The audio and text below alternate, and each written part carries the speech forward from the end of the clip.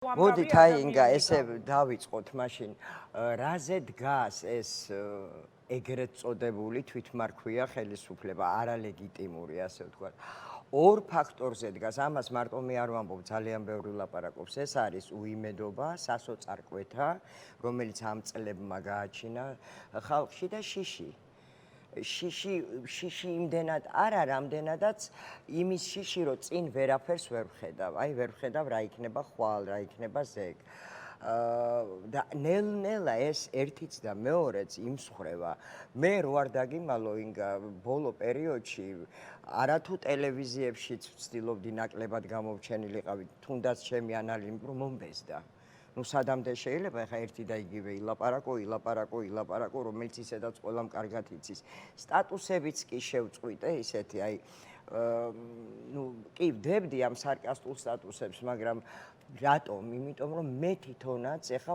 უკვე ვამბობ ამას ხმამაღლა მაშინ ამას ვერ ვიტყოდი დაკარგული მქონდა იმედი რომ აქ რაღაცა შეიძლება შეიცვალოს. ეხლა გაგიჩნდა ეხლა მაქვს იმედი.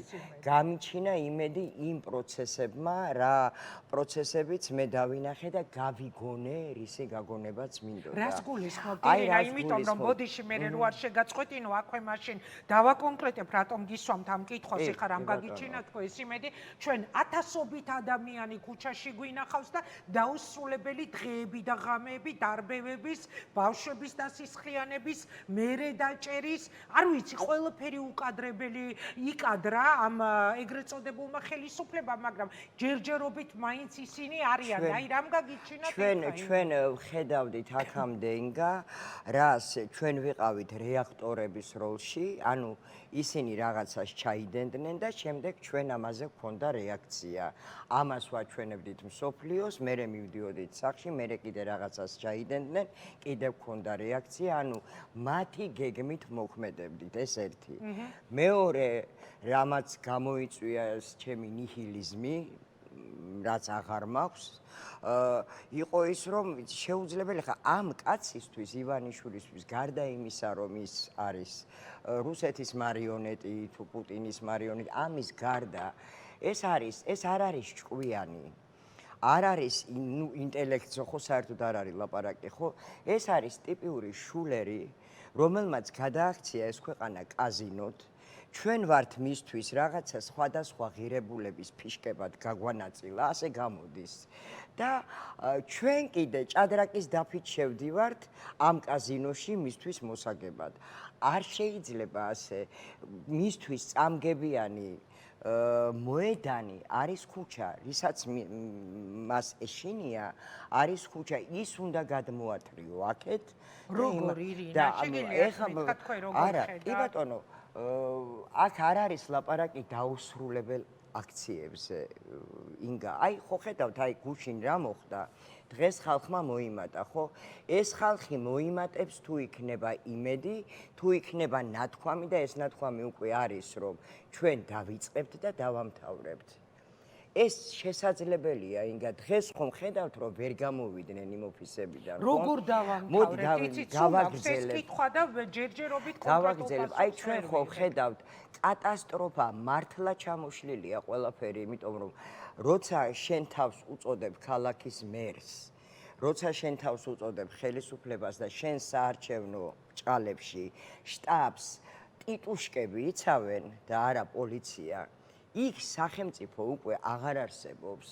დამთავრებულია პოლიცია, რომელიც არის დღეს აი საუკეთესო შემთხვევაში დაჩმორებული.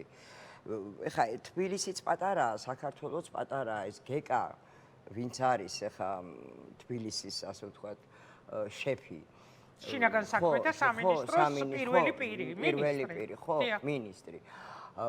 ეს გეკა ეხა ვიცით ხო ყველას ყველაფერი ერთმანეთზე გაგვიგია, მართლა არა ჩვეულებრივი ოჯახიდან არის ეს კაცი და დავიჯერო ეხა აი მისთვის ეს ადვილი საყურებელია კაცო, რომ ბებიას, ბაბუას, აი მათთვის ადვილი საყურებელია, რომ მეუნდირი რომელსაც ის ატარებს, ასე ჩმორდება.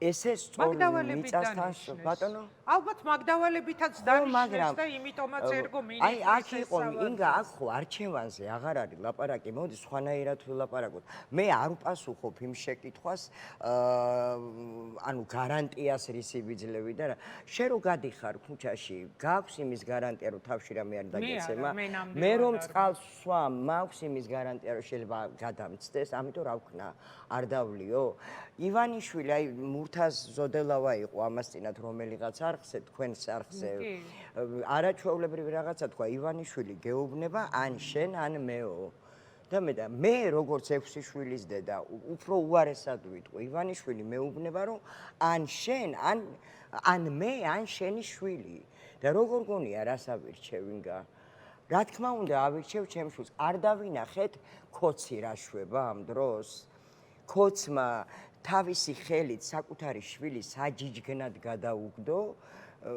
თავის კოლეგებს რისთვის საკრებულოს დეპუტატობის მანდატის კანდიდატობის მანდატის შენარჩუნებისთვის არაჩვეულებრივი გოგო არაჩვეულებრივი ჯერ ხო ამ სტიგმაზე რაღაც საზიზღრობები გააკეთეს და მე პლუს რაც